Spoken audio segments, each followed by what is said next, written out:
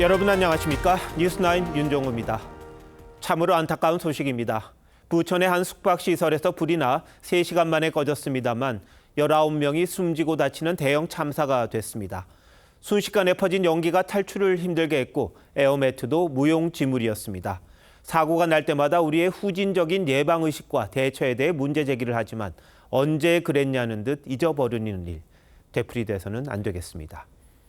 이번 화재가 왜 피해를 키웠는지 먼저 한지은 기자가 당시 상황부터 알아봤습니다.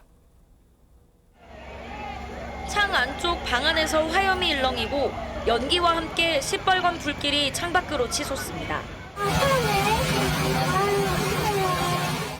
소방은 불이 난 창문으로 물줄기를 쏩니다. 불길은 잦아들었지만 희뿌연 연기는 호텔 건물로 계속 퍼집니다. 근데 갑자기 친구가 밖에서 비명 지르더라고요. 수건에 물 묻히라고. 문에 딱 열었는데 그때 보니까 연기가. 투숙객 중 일부는 창문 밖으로 소리치며 도움을 청합니다. 소방당국은 불이 난 지 17분 만에 인근 소방서의 자원까지 동원하는 대응 2단계를 발령해 2시간 40여 분 만에 진화했습니다. 하지만 투숙객 7명이 숨졌고 12명이 다쳤습니다. 희생자 대부분은 객실과 복도, 계단 등에서 유독가스를 마신 채 발견됐습니다. 좁고 또 이 각 객실에 창문이 좀 일반 무슨 아파트나 이런 것보다는 훨씬 작은 거여서 배연이 안 되고 열축적이 많아서 투숙객들이 아마 대피하는 데 많은 어려움. 호텔 객실과 복도엔 스프링클러도 설치돼 있지 않아 피해가 더 컸습니다. 호텔은 스프링클러 설치 의무가 없던 2003년에 지어졌습니다. TV조선 한지은입니다. 이번 화재는 8층에 있던 빈 방에서 시작됐습니다. 그런데 화재 직전 이 방에 들어갔던 투숙객이 타는 냄새가 나니 방을 바꿔달라고 요청했다는데 소방당국은 합선이나 과열 같은 정기적 요인으로 불이 시작된 걸로 보고 있습니다. 이어서 장윤정 기자입니다. 불길이 뿜어져 나오는 810호. 불이 시작된 이 객실에는 투숙객이 없었습니다. 불이 나기 몇 분 전 810호에 들어갔던 투숙객이 방 안에서 타는 냄새가 난다며 호텔 측에 방을 바꿔달라고 요청했기 때문입니다. 한 분이 들어오셨다가 무슨 타는 냄새가 난다 해서 호실을 바꿔달랐다 이렇게 얘기를 들었습니다. 이 투숙객은 방을 바꾸면서 화를 피했지만 문을 열고 퇴실했습니다. 닫았다면 피해를 줄일 수 있었습니다. 810호 발화실을 문을 닫고 나왔으면 괜찮은데 발화실에 문을 열고 나왔고 그 연기가 급격하게 확산이 됐습니다. 소방당국은 비어있던 810호에서 타는 냄새가 났던 만큼 누전이나 에어컨 스파크 등 전기적 요인을 가장 유력한 화재 원인으로 보고 있습니다. 오전에 이뤄진 합동감식에서도 이 부분에 대한 조사가 집중적으로 이뤄졌습니다. 또 방화문은 닫혀 있었는지, 호텔 측의 대피 안내는 적절했는지도 들여다본 것으로 알려졌습니다. 금일 11시부터 12시 30분까지 1시간 30분여에 걸쳐서 경찰, 소방, 국가수 등 총 5개 기관 33명이 참여하는 화재 감식을 실시하였습니다. 경찰은 처음 불이 난 810호 투숙객을 참고인 신분으로 불러 화재 전후 행적 등을 조사하고 있습니다. TV조선 장윤정입니다. 이렇게 허망한 경우가 있을까요? 8층 투숙객 2명이 에어매트 위로 뛰어내렸습니다만 모두 숨졌습니다. 소방의 대응이 적절했는지 논란이 일고 있는데 계속해서 곽승환 기자가 취재했습니다. 화재가 난 호텔 건물 1층에 노란색 에어매트가 설치돼 있습니다. 불길이 거세지자 8층에 있던 여성 투숙객이 에어매트로 몸을 던집니다. 하지만 여성이 매트에 떨어진 직후 매트가 뒤집히고 불과 2, 3초 뒤 뛰어내린 남성은 그대로 바닥에 떨어져 2명 모두 숨졌습니다. 소방은 여성이 매트의 중심부가 아닌 외곽 쪽으로 떨어지면서 뒤집힌 것으로 보고 있습니다. 최초에는 정상적으로 펴 있었습니다.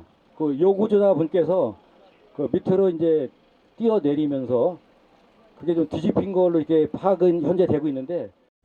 이곳에 설치된 에어매트 주변에 경찰과 소방 관계자 7명이 있었지만 손을 쓸 수는 없었습니다. 일각에선 에어매트를 고정시키거나 사람이 잡았어야 한다는 지적이 나옵니다. 사고 현장을 방문한 이상민 장관도 에어매트를 잡아주는 사람은 없었느냐고 의문을 나타냈습니다. 그때 당시에 그 인원이 부족해서 일부 이 사람은 있었는데 이렇게 다 잡아주고 그러지는 못했습니다. 매트가 경사가 있는 주차장 진입로에 설치돼 중심을 제대로 잡지 못했다는 지적도 나옵니다.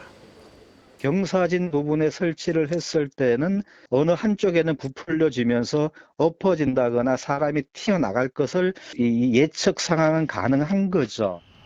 해당 매트가 18년 전 보급된 것이어서 노후화로 재기능을 못했을 가능성도 제기됩니다. TV조선 곽승환입니다. 희생자의 애절한 사연도 전해졌습니다. 공무원의 꿈을 키우던 한 20대 여성은 불이 난 직후 어머니에게 전화를 걸었는데 그게 마지막이었습니다. 다급한 화재 당시 상황을 전하는 고인의 마지막 목소리를 유족의 허락을 구해 고승영 기자가 전합니다. 호텔에 불이 난 지 18분 뒤인 어제 저녁 7시 57분. 남자친구와 여행을 갔던 28살 딸에게 전화가 왔습니다. 울먹이는 목소리에 다급함이 가득했습니다. 구급 때문에 안 올라올 것 같아. 왜? 죽을 것 같거든. 5분 뒤면 진짜 숨 못 쉴 것 같아. 이제 끊어. 놀란 어머니는 다시 딸에게 수차례 전화했지만 더는 연결되지 않았습니다. 수소문 끝에 호텔 앞으로 달려갔지만 불이 붙은 호텔을 바라보며 발만 동동 구를 수밖에 없었습니다. 결국 28살 딸은 화재가 난 810호 바로 앞쪽 객실인 803호 욕실에서 싸늘한 주검으로 발견됐습니다. 공무원의 꿈을 키우던 딸은 사고 전날 아버지의 생신을 축하하는 메시지를 보낼 만큼 싹싹했습니다. 그런 딸을 한순간에 떠나보낸 어머니는 억장이 무너집니다. 바다 속에서 연기가 시면서 나 지금 목소리 얼마나 기뻤겠어. 부모의 마음을 전혀 모르는. 이번 화재로 희생된 7명이 안치된 세 개 병원에는 갑작스러운 소식을 듣고 달려온 유가족들의 울음소리가 끊이지 않았습니다. 부천시는 유가족과 상의해 화재 희생자들의 장례 절차를 지원하겠다고 밝혔습니다. TV조선 고승현입니다. 이렇게 안타까운 희생도 있었지만 기적적으로 살아난 분도 있습니다.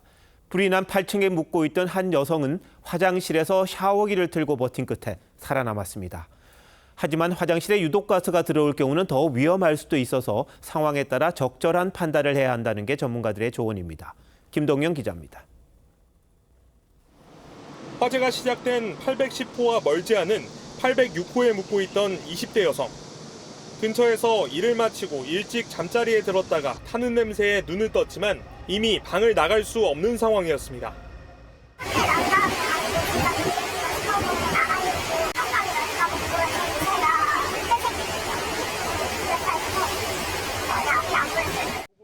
급한 마음에 어머니와 119 소방대원에 전화해 위치를 알린 여성은 객실 화장실로 들어가 샤워기를 틀었습니다. 간호대학에 다니던 여성은 물이 수막을 형성해 일시적으로 유독가스를 차단할 수 있다는 사실을 떠올렸습니다.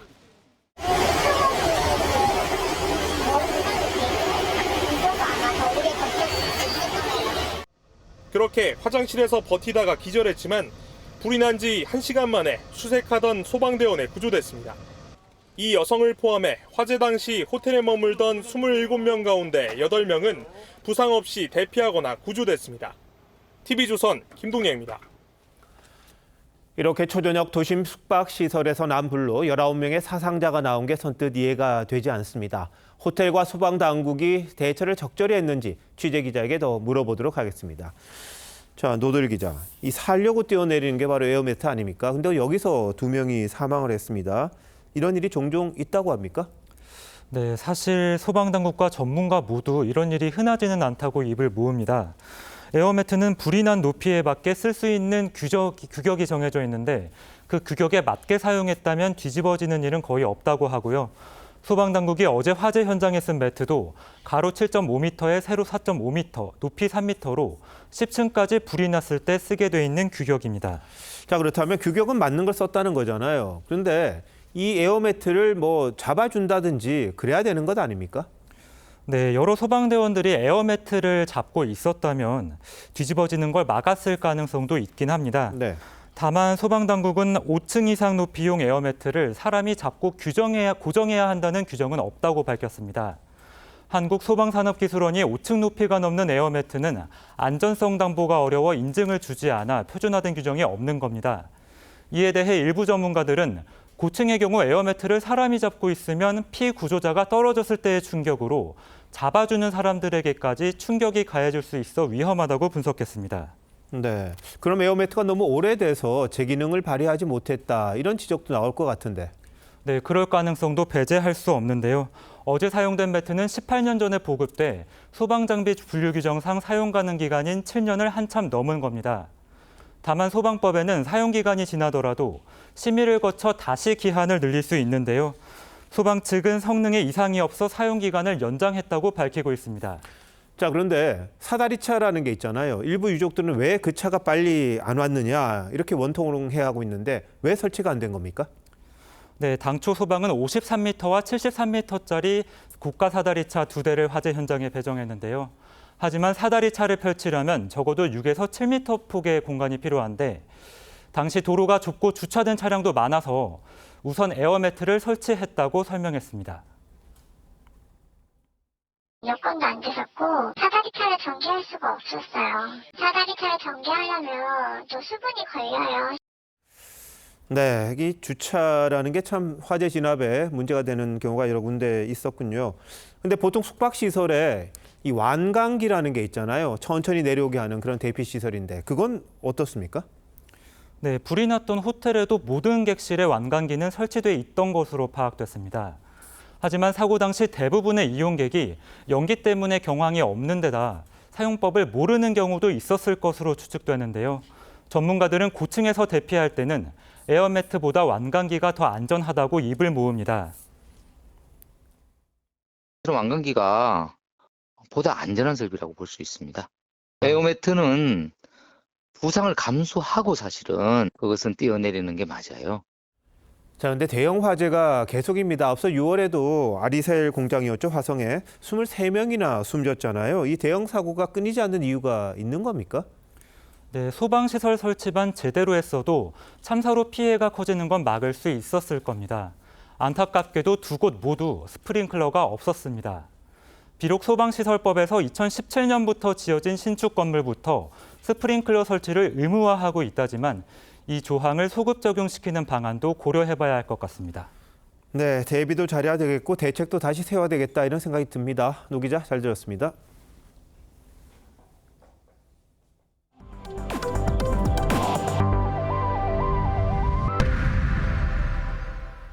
이원석 검찰총장이 김건희 여사 명품 관련 수사를 검찰 수사심의위원회에 직권 회부했습니다. 중앙지검이 무혐의 결론을 내리고 보고한 지 하루 만인데요. 이 총장은 논란이 남지 않게 하기 위해서라고 했지만 상당한 파장을 불러올 수도 있습니다. 이 총장의 생각이 뭔지 이재준 기자가 보도합니다.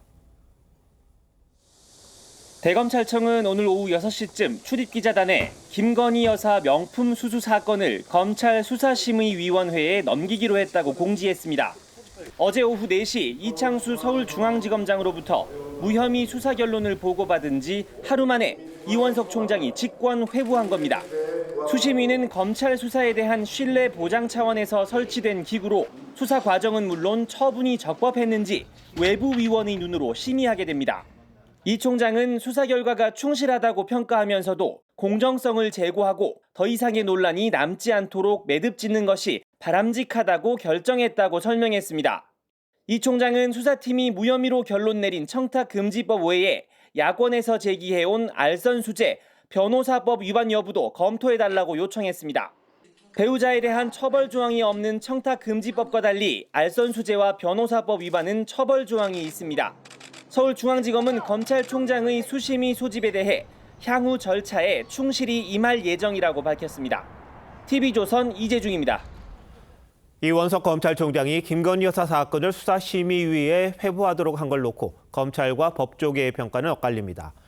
퇴임을 3주 앞두고 폭발성 있는 사안을 무책임하게 던져놓는 게 맞냐는 비판과 함께 검찰 조직 전체를 생각한 결단이란 의견도 있습니다.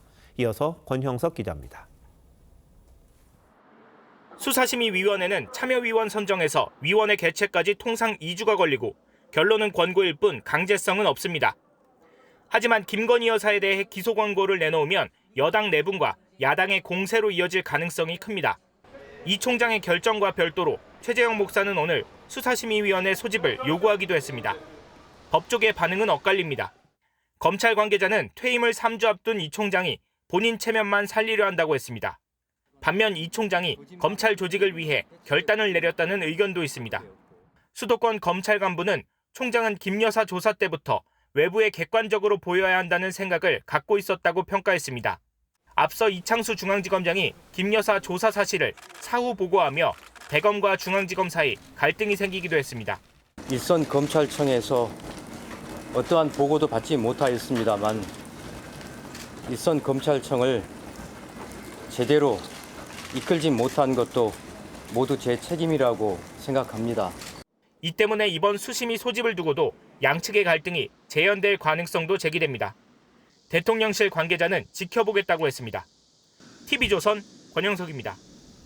김 여사 사건을 두고 국회 법사위에서도 공방이 벌어졌습니다.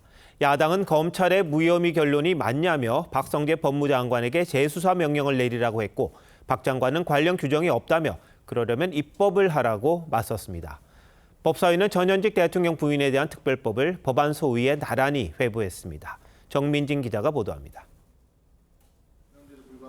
권익위원장 출신인 민주당 전현희 의원은 검찰의 무혐의 처분으로 공무원이 배우자를 통해 뇌물을 받을 수 있는 길이 열렸다고 주장했습니다. 배우자를 통해서 금액에 제한 없이 고가의 선물을 마음껏 받을 수가 있게 됐습니다. 다시 한번 축하드리고요. 박성재 법무장관은 배우자 관련 규정이 없다며 관련 법을 만들라고 맞받았습니다. 전 의원이 규정이 있는데도 처벌을 안 한 거라고 반박하며 설전이 이어졌습니다. 언론 보도를 보고 법무부 장관이 의견을 내리는 건 적절하다. 무슨 말씀하세요? 지금 방금 내가 읽어드렸잖아요. 규정이 답변하십시오. 없어서 처벌을 법무부 못한다면 장관으로서 개인적인 의견은 의원님께서 뭡니까? 입법을 해주셔야죠. 처벌 위원장께서 규정이 규정이 없는 게 모자라서 처벌할 수 없다. 민주당은 장관이 수사 지휘권을 발동해 재수사 명령을 내려야 한다고 냈습니다. 반면 여당은 청탁금지법상 배우자는 처벌 대상 조항이 없기 때문에 범죄 성립이 안 된다고 반박했습니다. 법률에 보면 공직자의 배우자가 금품을 수수했을 때 배우자를 처벌하는 조항은 없습니다. 야당이 탄핵을 추진 중인 김영철 검사의 장시호 씨에 대한 위증 교사 의혹을 두고도 충돌했습니다. 특검이 몇 번을 불러냈느냐 하면 자그마치 78번을 불러냈어요. 만나지 않았는데 위증을 교사했다고 지금 민주당에서 주장하는 것이고 텔레파시로 위증을 교사할 수 있겠습니까? 법사위는 김건희, 김정숙 여사 특검법을 각각 법안 소위로 회부해 논의하기로 했습니다. TV조선 정민진입니다. 한국계학교의 일본 고시엔 우승 소식에 많은 야구인들이 벅찬 감정을 전했습니다. 특히 야신으로 불리죠. 제일교포 출신 김성근 감독은 남다를 텐데 역사적인 얘기라고 선수들을 격려했습니다. 이다솜 기자입니다. 82세의 고령에도 여전한 야구 사랑을 뽐내며 많은 야구인들에게 존경을 받고 있는 야신 김성근 감독. 제일교포 출신인 그에게 한국계학교의 고시엔 우승 소식은 놀라움 그 자체입니다. 우승 후보자가 다 떨어져 나가버렸어요. 근데 이 팀은 우승 후보자 속이 아니었다고. 역사적인 이야기가 아닌가 싶어요. 특히 운동장 최대 거리가 60m에 불과한 열악한 환경에서도 정상에 오른 선수들의 노력에 고령의 감독은 깊은 감명을 받았습니다. 안 된다 하는 거 아니라 얼마든지 방법 있고 노력하고 생각만 있으면 길이 있다 싶어요. 교토국제고 출신으로 한국 프로야구 무대를 밟았고 지금은 두산 베어스의 전력 분석원으로 활동 중인 신성현은 후배들의 기적 같은 우승에 자부심을 느끼면서 지금 교토국제고를 맡고 있는 고마키 감독의 첫 제자였던 시절 치열했던 자신의 청춘을 떠올렸습니다. 고마키 감독은 일본 매체와의 인터뷰를 통해 힘든 연습도 마다하지 않았던 신성현의 헝그리 정신을 언급하기도 했습니다.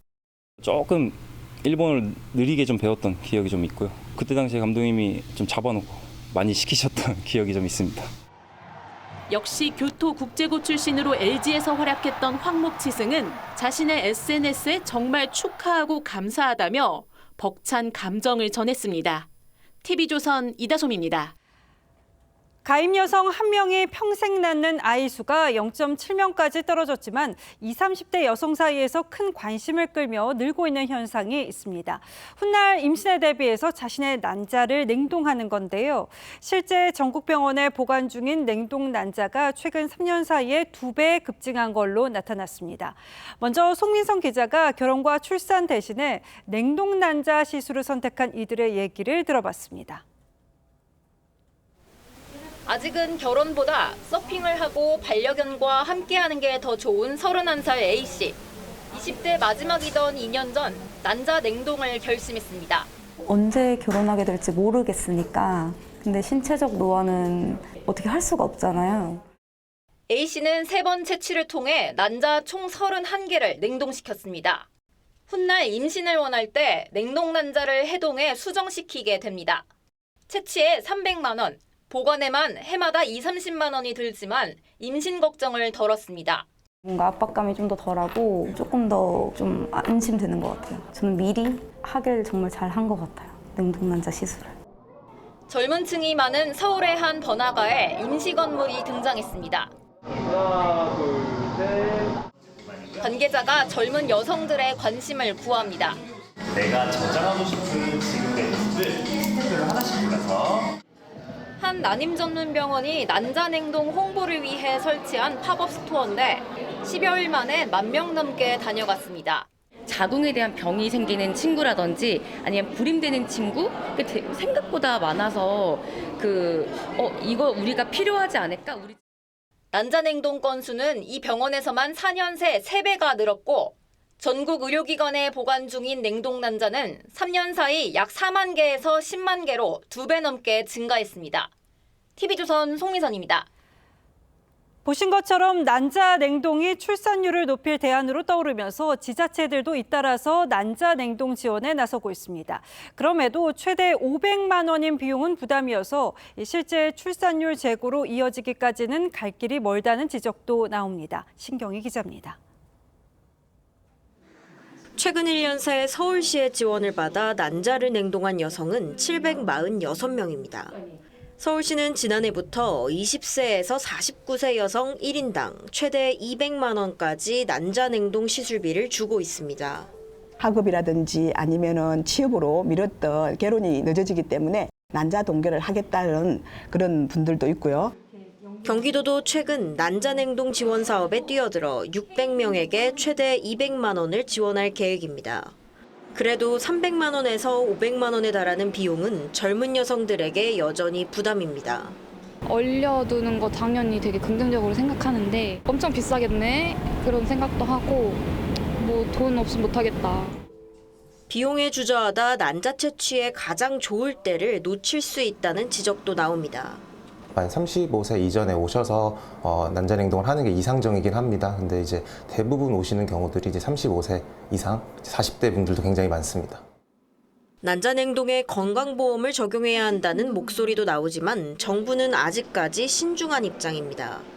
난자를 냉동했던 거를 사용하는 그 이용률이 되게 낮습니다. 그게 실제로 임신 출산까지 가는 거는 높지 않을 수 있다라고 판단이 되고 시술비 지원에 앞서 난자 냉동의 실효성부터 높여야 한다는 지적도 적지 않습니다. TV조선 신경입니다. 계속해서 기적적인 소식 하나 전하겠습니다. 1kg 미만이면 초미수가로 분류되는데요. 체중 400g도 안 되는 몸으로 태어나서 생존 확률 1%에 불과했던 쌍둥이 형제가 그 작은 몸으로 사투를 벌여서 태어난 지 170일 만에 집으로 가게 됐습니다. 가족과 의료진의 노력이 기적을 만들었습니다. 이승훈 기자입니다. 의료진들이 갓 태어난 아기에게 산소 호흡기를 답니다. 성인 손가락만한 가녀린 손과 발등엔 보조장치가 줄줄이 달렸습니다. 의료진은 인큐베이터로 아기를 옮기고도 긴장을 놓지 못합니다. 아기는 되게 심한 미숙아고요. 살지 안 살지는 이제 해봐야 돼요. 강우는 동생 강민이와 함께 22주 만에 세상 밖으로 나왔습니다.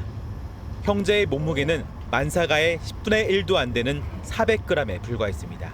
스스로 호흡도 먹지도 못해 생존 확률은 거의 없었습니다. 태어난 이후부터 매일이 고비였는데 형 강우는 괴사성 장염으로 수술을 받았고 동생 강민이는 기흉이 생겨 작은 가슴에 흉관까지 삽입해야 했습니다. 쌍둥이는 부모의 간절한 바람과 의료진의 허심적인 노력으로 기적처럼 위기를 넘겼습니다. 이렇게 22주 3일보다 작았던 아기가 쌍둥이 모두 생존한다는 일은 사실은 우리나라에선 거의 없었던 일인 것 같아요. 지난 6월에는 병원에서 의료진과 함께 100일 장치도 했습니다. 체중이 4.5kg까지 늘어난 동생 강민은 태어난 지 170일 만에 오늘 퇴원했습니다. 교수님들이 너무너무 잘해주셨고 또 간호사분들이 너무 애정 어리게 바라봐 주시기도 하고 또 얘기도 많이 해주시고 해서 형 강우는 아직 젖을 빠는 힘이 약해 1, 2주 뒤에 퇴원할 예정입니다. TV조선 이승훈입니다. 술을 마신 채 전동 스쿠터를 몰다 적발된 BTS 멤버 슈가가 조금 전 경찰에 출석했습니다. 사건 발생 17일 만입니다. 용산경찰서에 나가 있는 취재기자 연결합니다. 자, 안혜리 기자, 현재 조사가 이뤄지고 있는 거죠? 네, 아직 조사는 진행되고 있습니다. BTS 멤버 슈가가 오늘 오후 7시 44분 경찰에 출석해 약 2시간째 조사를 받고 있습니다. 무리를 일으킨 지 17일 만인데요. 사회복무요원인 슈가는 오늘 일과를 마친 뒤 이곳 용산경찰서에 나왔습니다. 수십 명의 취재진 앞에 선 슈가는 굳은 표정으로 조사실로 향했습니다. 일단 굉장히 죄송합니다. 많은 팬분들과 많은 분들께 정말 큰 실망을 안겨드린 점 진심으로 반성하고 있고요. 성실히 조사에 임하고 오겠습니다. 슈가는 지난 6일 서울 한남동 자택 근처에서 술에 취한 상태로 전동 스쿠터를 타다가 넘어지면서 경찰에 적발됐는데요. 당시 혈중 알코올 농도는 면허 취소 기준을 넘어선 0.227%였습니다. 경찰은 당시 슈가가 전동 스쿠터를 타고 실제 이동한 거리와 음주 시간대, 마신 술의 양과 술자리 동석자 등을 조사 중인 것으로 알려졌습니다. 슈가가 적발 직후 맥주 한 잔을 마셨다며 음주량을 축소한 배경도 조사 중입니다. 용산경찰서에서 TV조선 안혜리입니다. 구청 민원실에서 흉기를 집어던지며 난동을 부린 50대 남성이 경찰이 쏜 테이저건을 맞고 체포됐습니다. 이 남성은 어제도 구청을 찾아서 소동을 벌인 것으로 파악됐는데 경찰은 범행 동기를 조사하고 있습니다. 하동훈 기자입니다. 한 남성이 구청 민원실에서 펄쩍 뛰며 밖으로 달아나려고 합니다. 한 경찰관이 쏜 테이저건에 맞아 남성이 쓰러지자 경찰관 여러 명이 달려들어 제압합니다.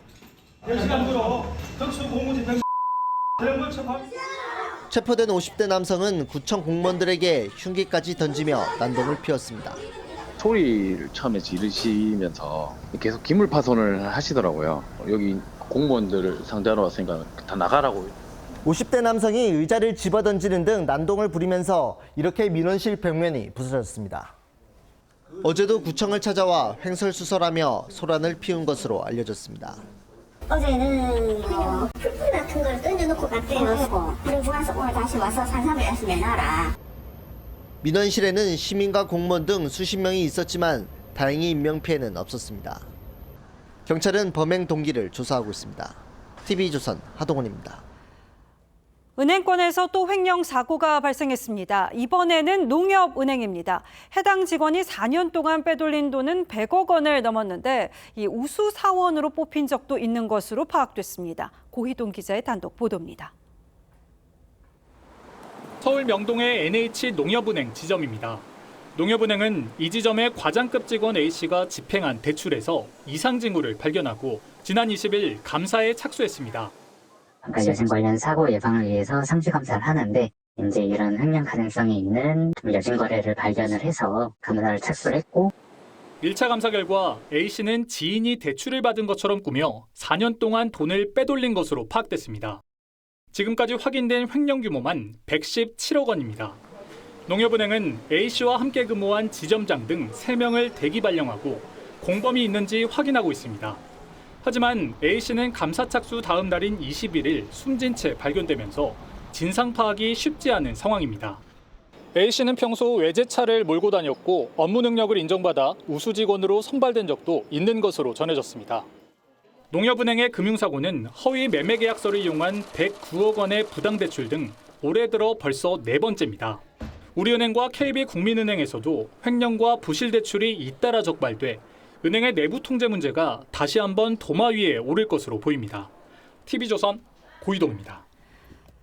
23명이 숨진 화성 아리셀 화재 사고는 총체적 인재였던 게 수사 결과로 드러났습니다. 아리셀은 품질 검사를 조작하다가 들통나서 이 물량을 재생산하게 되자 비숙련공들을 투입해서 전지를 만들었는데 이 불량품을 망치로 두들겨서 억지로 맞추기도 했습니다. 결국 불량품이 폭발하면서 참사로 이어졌습니다. 구자영 기자입니다. 시뻘건 화염과 함께 폭발음이 잇따라 터집니다. 23명이 숨지고 9명이 다친 대형 참사의 원인은 총체적 인재였습니다. 발단은 3년 전 1차 전지 군납을 시작할 때부터 시료 바꿔치기 수법으로 조작해온 품질 검사였습니다. 지난 4월 이 사실이 탄로나면서 방위사업청에 이미 납품한 물량까지 다시 만들어 공급하게 되자 비숙련공들까지 투입해 무리하게 생산했습니다. 망치로 두드리거나 아니면 비숙련공이 작업을 통해서 이런 불량품이 대량 나왔는데도 불구하고 무리한 공정으로 배터리 불량률은 한 달 새 2배 가까이 늘었습니다. 발열 현상까지 발견됐지만 조치는 없었습니다. 사고 이틀 전 폭발에 불이 난 전지와 같은 공정을 거친 전지들은 원인 분석도 없이 참사가 난 사무실로 옮겨졌습니다. 비숙련공들을 대상으로 한 안전교육도 불이 나자 대피하라는 안내도 없었습니다. 비상구가 이용할 수 있도록 유지가 돼야 되는데 이게 유지 안 됐다라는 것이 피하지 못한 중요한 원인 중에 또 하나라고 이렇게 보고 있습니다. 경찰과 고용노동부는 박순관 아리셀 대표와 박중원 본부장 등 4명에 대해 중대재해처벌법과 업무상 과실치사상 등 혐의로 구속영장을 신청했습니다. TV조선 구자영입니다. 이재명 대표의 사법 리스크에 빨간불이 하나 더 들어왔습니다. 이 항소심 법원이 백현동 개발 로비스트 김인섭 씨에게 1심과 같은 징역 5년형을 선고했습니다. 재판부는 김 씨가 이재명 대표와 정진상 전 실장과의 친분을 이용해서 성남시에 로비했다며 죄질이 불량한 범죄라고 질타했습니다. 정준영 기자입니다. 1심 법원은 지난 2월 김인섭 씨에 대해 이재명과 특수관계라며 징역 5년을 선고하고 법정 구속했습니다. 성남시를 상대로 백현동 개발 로비를 벌인 혐의를 인정한 겁니다. 성남도시개발공사 배제 결정에 이재명 대표 승인이 있었던 게 맞나요? 오늘 항소심 법원도 징역 5년형을 유지했습니다. 법원은 김 씨가 개발업자 정모 씨로부터 74억 5천만 원과 한바 식당 사업권을 받았다며 징역형과 함께 63억여 원의 추징도 결정했습니다. 재판부는 김 씨는 이재명 대표와 정진상 전 실장과의 친분을 토대로 대관 업무를 했다며 국민 신뢰를 해치는 죄질 불량한 범죄라고 질타했습니다. 이 판결은 백현동 재판을 받고 있는 이 대표에게 불리하게 작용할 전망입니다. 김 씨는 이 대표가 성남시장 후보 시절 선대위원장을 지낸 인물입니다. 저는 연락도 잘 안 되는 사람이 말씀을 일단 드리고 검찰 관계자는 오늘 판결로 이 대표 재판 증거에 더 힘이 실릴 것이라고 했습니다. TV조선 정준영입니다. 여권의 차기 대권 주자로 꼽히는 오세훈 서울시장이 전국을 4개 광역권으로 재편하자고 주장했습니다. 서울시장인데 국가 차원의 구상을 밝힌 데다 여야 대표의 지구당 부활에 부정적인 입장까지 내놓으면서 본격적으로 대권 몸풀기에 들어갔다는 해석입니다. 이태희 기자의 보도입니다. 국가 균형 발전을 논의하는 학술대회에서 오세훈 서울시장이 대한민국 개조론을 제안했습니다. 전국을 4개 광역권으로 재편하고 중앙정부 권한을 지방정부로 대폭 넘겨주자는 구상인데 연방국가에 준하는 지방정부 중심국가로 재편하면 1인당 국민소득 10만 달러 시대도 가능하다고 했습니다. 지방정부가 발전 전략을 주도할 수 있도록 충분한 재량권을 주고 규제를 완전히 다 지방으로 재량을 넘기고. 발제자로 나선 박형준 부산시장도 대한민국 위기는 수도권 일극주의와 연관돼 있다고 지적했습니다.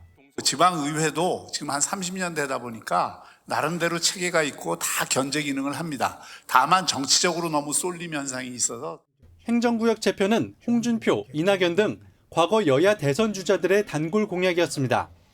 오 시장이 본격적인 대권 몸풀기에 나선 것 아니냐는 관측이 나오는 이유입니다. 오 시장은 또 지구당 부활에 대해 역사를 거스르는 퇴행적 합의가 될 것이라고 비판했는데 잠재적 대권 경쟁자인 한동훈, 이재명 대표를 모두 겨냥한 걸로 보입니다. 부패를 부활시킬지도 모른다고 우려하시는 분도 계십니다. 투명하게 감시할 수 있습니다. 지구당 부활도 우리 중요한 과제입니다. 다만 오 시장 측은 평소 갖고 있던 국가 발전 전략을 제시한 거라며 특정 정치 행보를 염두에 둔 건 아니라고 설명했습니다. TV조선 이태희입니다.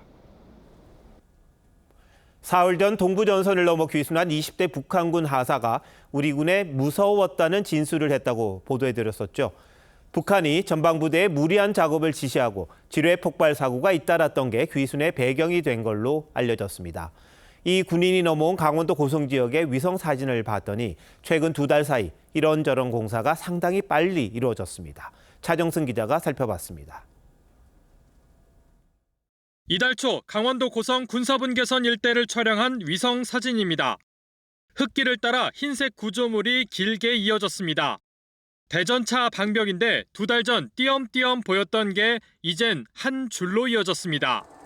미국 자유아시아 방송은 2달 새 길이 600m와 1.2km 장벽이 모두 완공된 걸로 파악된다고 분석했습니다. 사흘 전 귀순한 북한군 20대 하사가 걸어온 걸로 알려진 동해선 철길엔 콘크리트 장애물도 포착됐습니다. 2달 전에 비해서 그 방벽이 한 수백 미터가량 정도 연장이 됐거든요. 그래서 그거는 거의 뭐 작업이 끝나가는 걸로 이렇게 좀 보여집니다. 북한이 주민과 군인들의 탈북 통로를 봉쇄하기 위해 방벽 건설과 지뢰 매설의 속도를 높이고 있는 건데 오히려 귀순을 부추긴다는 관측도 나옵니다. 군 관계자는 폭염이 이어지는 와중에도 뙤약볕에서 북한군의 무리한 작업이 계속되고 있다고 전했습니다. 여기서 이렇게 시달리고 먹지 못해서 쓰러지느니 차라리 죽으면 죽을지언정 나는 남한에 가야 되겠다. 북한은 추가 귀순을 막으려 방벽 건설 인력을 계속 투입하고 있지만 확성기 방송에 따른 귀순 사례가 늘고 있어 군도 이 전방 상황을 예의주시하고 있습니다. TV조선 차정승입니다. 미국 민주당 전당대회 마지막 날 해리스 부통령이 대선 후보직을 수락하면서 이제 75일 남은 미 대선의 열기는 더욱 뜨거워지고 있습니다. 해리스 후보는 모두를 위한 통합 대통령이 되겠다고 했고 트럼프와 차별화된 대북관도 강조했습니다. 먼저 김주영 기자입니다. 해리스 부통령이 2만 3천여 명의 관중들의 기립박수 속에 등장합니다.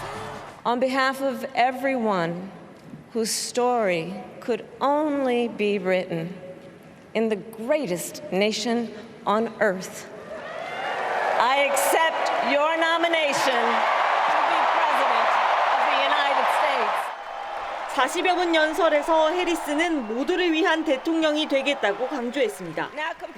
And I want you to know, I promise to be a president for all Americans. 해리스는 인도계 모친과 아프리카계 부친 사이의 중산층 가정에서 태어난 어린 시절을 회상하며 일자리와 세금, 건강보험 문제를 해결해 중산층을 재건하겠다고 밝혔습니다. 공화당 트럼프 후보의 실명을 거론하며 직격탄을 날리는 것도 잊지 않았습니다. I will not cozy up to tyrants and dictators like Kim Jong-un who are rooting for Trump. 민주당 지지자들은 열광했습니다. Inspiring. It's going to make every little girl dream of being a president, and it's going to happen. 앞으로 미국 대선까지 남은 기간은 75일. 첫 여성 대통령을 꿈꾸는 해리스와 재선을 노리는 트럼프의 혈전이 시작됐습니다. 다음 달 10일 첫 TV 토론이 초반 판세의 가늠자가 될 것이란 관측입니다. TV조선 김주영입니다. 공화당 트럼프 후보는 해리스 부통령이 수락연설을 하는 내내 소셜미디어에 실시간으로 해리스 비판글을 쏟아내면서 견제했습니다. 직접 국경지대도 방문해서 불법 이민자들을 추방하겠다며 해리스와 대립각을 세웠습니다. 이어서 이정민 기자입니다. 공화당 트럼프 후보는 반년 만에 멕시코 국경지대를 찾아 불법 이민자 문제를 정조준했습니다. Comrade Kamala Harris.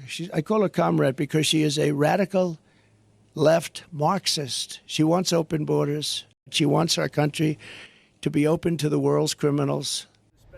해리스가 최악의 부통령이자 국경 차르라며 불법 이민자 문제 책임론을 부각하고 자신은 강력한 국경 통제 정책을 펴겠다고 강조했습니다.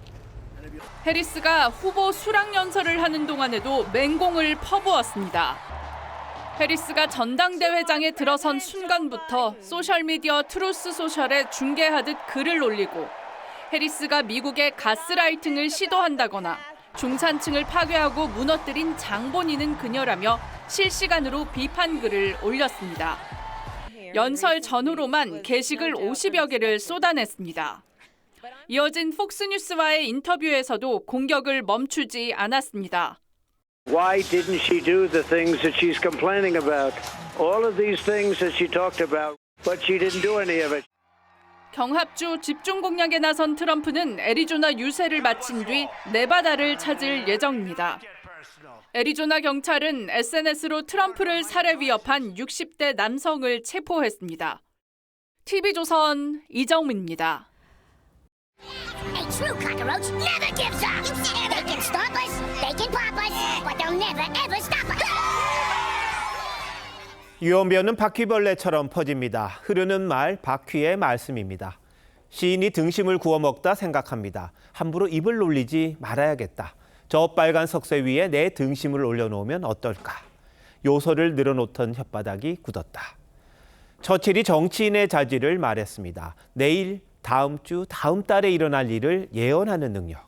그리고는 한마디 덧붙입니다. 그날이 왔을 때 예언이 틀린 이유를 설명할 재능이 필요하다.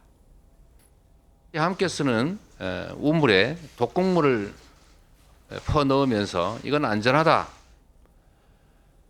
이재명 대표는 독극물에 빗댔던 후쿠시마 오염수 방류 엿새 만에 당 지도부를 이끌고 횟집에 갔습니다. 참 맛있게 잘 먹었다. 방명록을 남겼죠. 그러고는 방류 규탄 대회에 나가 규탄했습니다. 괴상한 초현실적인 장면입니다. 1년이 다 되도록 가타부타 설명이 없습니다. 내일 오염수 방류 1년을 앞두고 민주당은 이제 1년밖에 지나지 않았다고 합니다. 환경단체들이 일본 대사관 앞에서 연 항의 집회에는 얼굴을 비치지 않았습니다. 대일 구상권 청구를 비롯한 후쿠시마 4법을 1년 전 당론으로 채택하곤 발의는 감감무소식입니다. 하긴 어쩌겠습니까?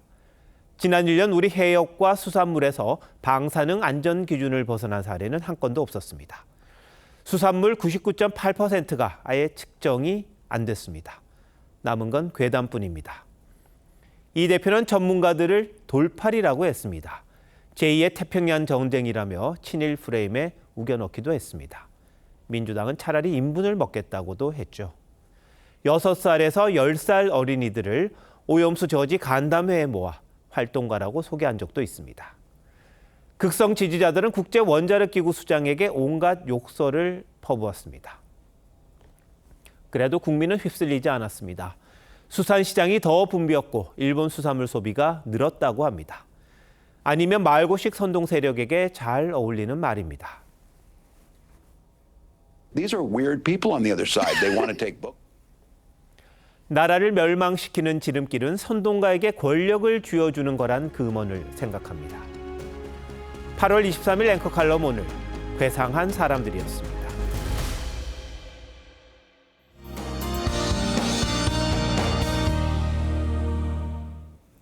서울은 연일 밤더위 기록을 경신 중입니다. 33일 연속 열대야가 이어지고 있고 올해 총 열대야 일수 36일로 역대 1위를 기록했습니다. 밤낮을 가리지 않는 무더위는 이번 주말에도 이어지겠습니다. 내일 한낮에도 최고 체감 온도 33에서 35도 안팎까지 오르며 무덥겠습니다. 내일 새벽에 수도권과 충청을 시작으로 오전부터 밤 사이에는 전국 대부분 지역에 소나기가 내리겠습니다. 돌풍과 벼락을 동반해 시간당 20에서 30mm로 강하게 내릴 수 있겠습니다. 소나기가 내리지 않을 때는 하늘에 구름만 많겠고 제주 해안에는 강한 너울성 파도가 밀려와 조심하셔야겠습니다. 내일 아침에는 서울이 25도로 출발하겠고요. 한낮에는 33도 안팎까지 오르겠습니다. 대구와 창원은 35도 보이겠습니다. 일요일에는 일부 남부지방과 제주도에 비가 내리겠습니다. 다음 주 후반에는 폭염과 열대야가 일시적으로 약화될 수 있겠습니다. 날씨였습니다. 8월 23일 금요일 뉴스9 마칩니다. 시청해주신 여러분 고맙습니다.